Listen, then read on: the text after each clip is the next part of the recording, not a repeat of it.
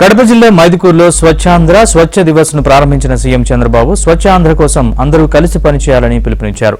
మరోవైపు 2047 వికసిత భారత్ లక్ష్య సాధనలో రాష్ట్రాభివృద్ధిలో పరిశుభ్రత కీలక పాత్ర పోషిస్తుందన్నారు డిప్యూటీ సీఎం పవన్ కళ్యాణ్.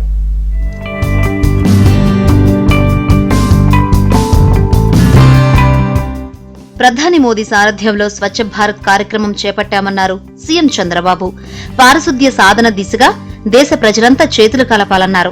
రాష్ట్రంలోని అన్ని మున్సిపాలిటీలో స్వచ్ఛతతో ముందుకు వెళ్తామన్నారు.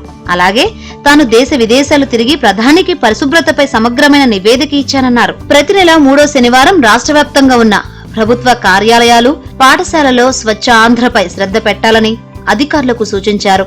ప్రతి నెల 3వ శనివారం అందరం కలిసి స్వచ్ఛ ఆంధ్రప్రదేశ్ కృషి చేయాలని చెప్పి ఒక నిర్ణయం చేశాం. 3వ శనివారం ఏ ఆఫీసు పనిచేయక్కర్లేదు.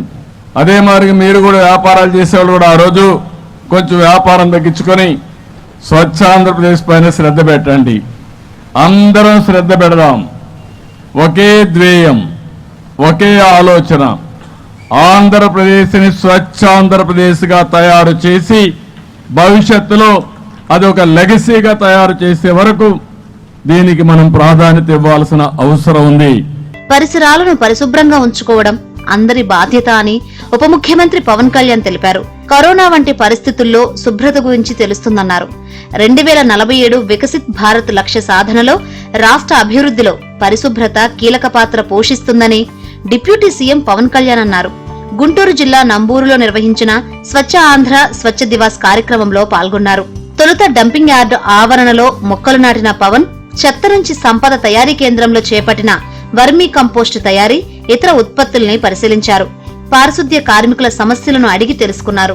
ఏ కార్యక్రమం అయినా రాత్రికి రాత్రే అద్భుతాలు జరగవన్న పవన్ రాష్ట్ర ప్రభుత్వ ఆలోచనకు ప్రజల సహకారం కూడా కావాలని విజ్ఞప్తి చేశారు.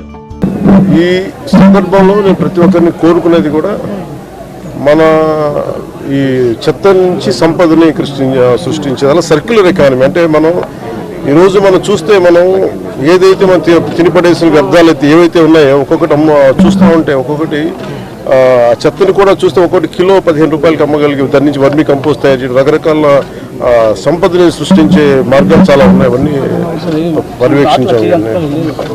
విజయవాడలో వరదల సమయంలో ఎంతో కష్టపడి పనిచేసి రాష్ట్ర ప్రజల మన్ననలు అందుకున్న 35 మంది పారిశుద్ధ్య సిబ్బందిని డిప్యూటీ సీఎం పవన్ కళ్యాణ్ సన్మానించారు.